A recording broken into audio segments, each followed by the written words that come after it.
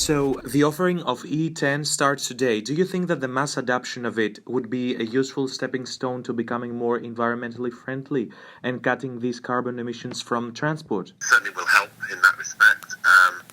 It's obviously a step on the way. It's an intermediate step, but it's something that can be done now. Indeed, could have been done several years ago to make an immediate contribution to carbon reduction and also, cleaner air, really.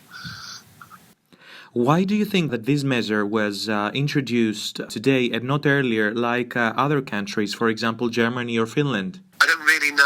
I mean, I was chair of the All-Party Parliamentary Group on British bioethanol, and obviously there are quite a lot of high-quality jobs involved in the bioethanol production, both near Hull and up on Teesside. So there was a good reason in terms of British jobs, high-quality jobs, to bring that decision in early. I think the government was always nervous about it. They never had a rational argument against introducing E10.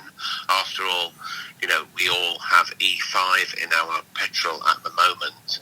So to move to E10 was a very small step. I think they were nervous about the introduction of E10 in some parts of Europe had been clumsily done and had some kickback from consumers, but surely the UK government could have learned from that and rolled it out as effectively as it was rolled out in other parts of the world, 4 or 5 years ago, and we would have been having that benefit for 4 or 5 years already.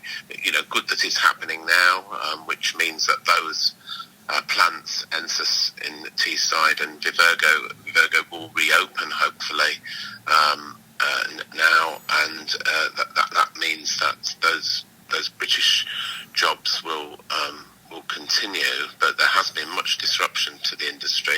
It's also very good for UK farming, so I don't really understand why the government dragged its feet. I had many meetings with different government ministers. They all were nervous about moving to E10, but thank goodness it's now happening.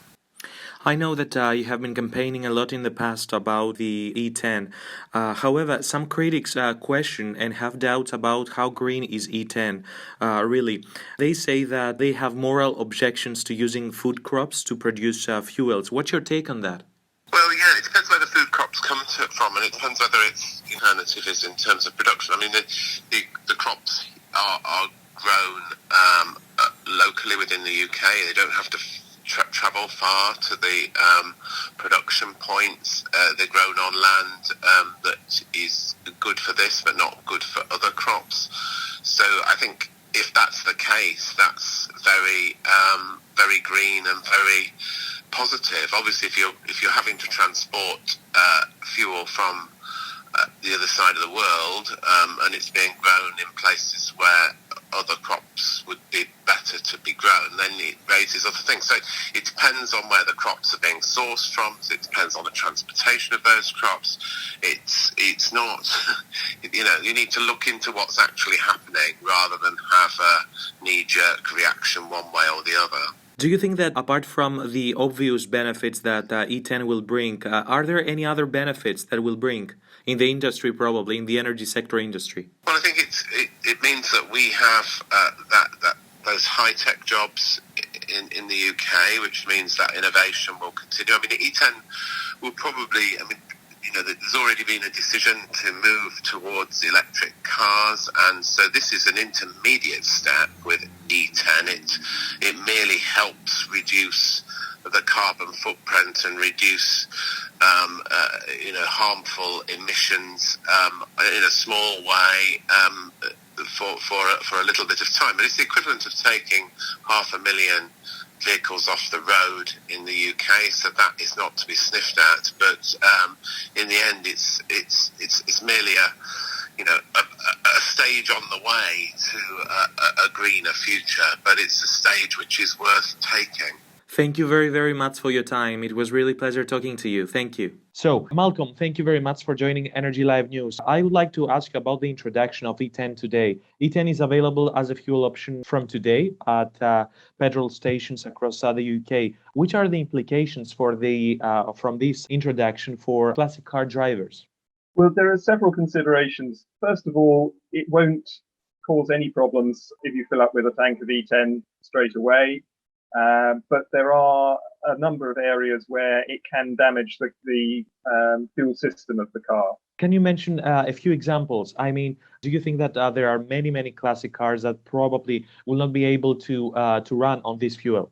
All will run on it, but people have to, if they're going to use it regularly, they need to change certain elements in the fuel system, rubber fuel lines, the floats in the carburetors in some cases, various details in the fuel system. And parts will be available, but the other alternative is to avoid it and stick with E5 fuel.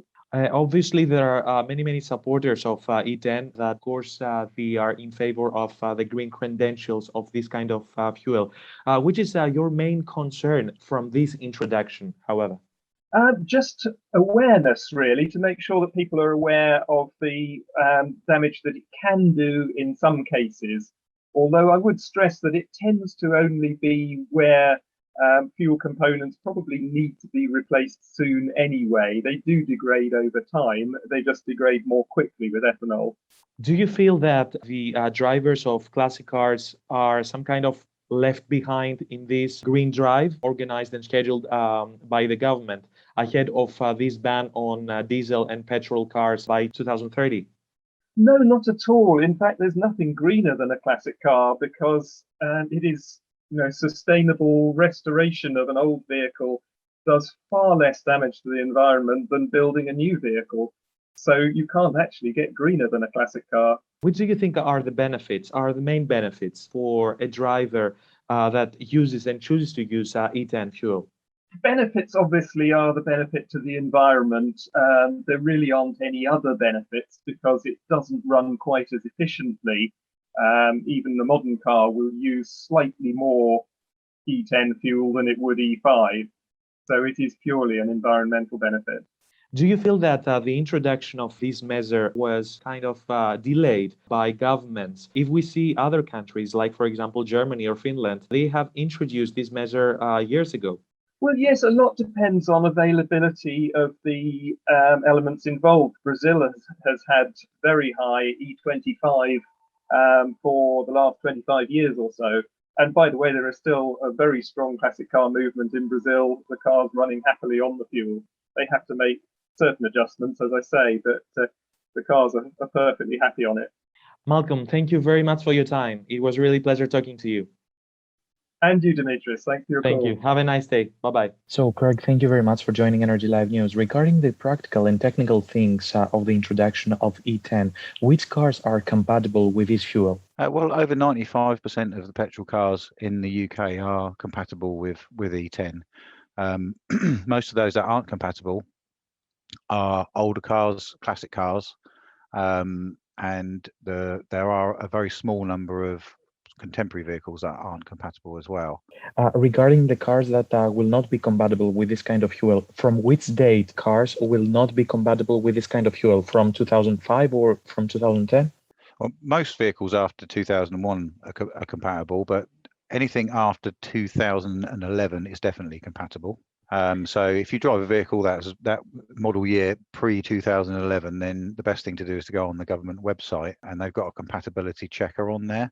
But bearing in mind that it is literally, less than 5% of the vehicles, of the petrol vehicles on the road, then it's unlikely that your car is incompatible. So you suggest to all these drivers, in order to be sure that they are okay to use E10, just to go to the government website. Is that right? Yeah. So if you're driving a pre-2011 petrol car, then just to be sure, check on the website.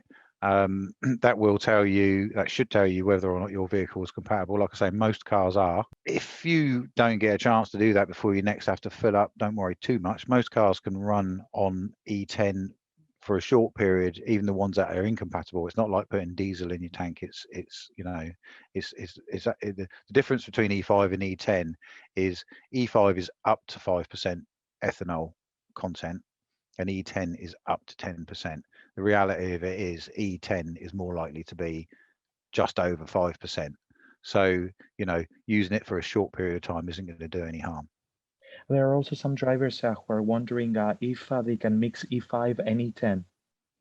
Yeah, that's fine. I mean, if your car's compatible with E10, then mixing it is fine. If your car's only compatible for E5, then I wouldn't recommend mixing the two fuels for prolonged periods, but it wouldn't be a problem to do it once or twice. If you've accidentally put E10 in, then wait till you get down to half a tank and then fill back up with super unleaded, which was going to remain at E5.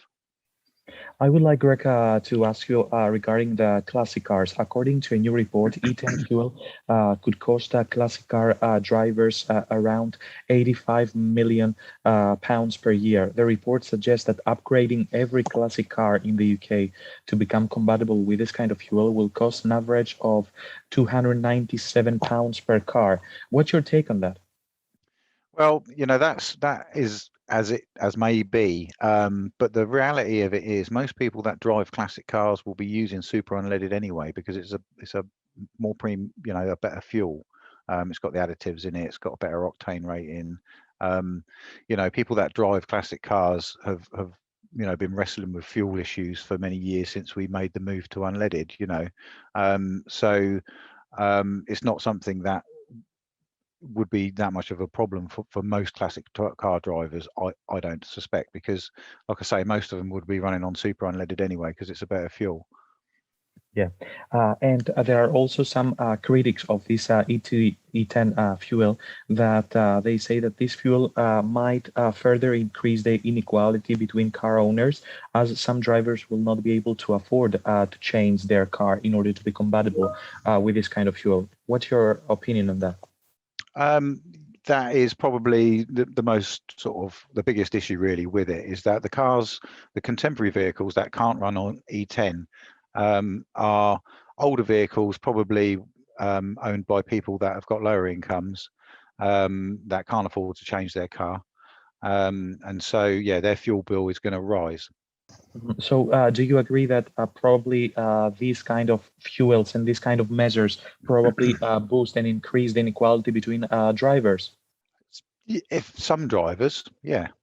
I mean, I guess the alternative really, I mean, bearing in mind how few cars there are out there and how old those cars are, there are plenty of cars of the similar age and value that are perfectly compatible with E10. So my advice, I guess, to people that currently own a vehicle that is on the exception list, that is an older contemporary vehicle that can't run on E10, would be to look into changing it for a vehicle that's more compatible with the new fuel.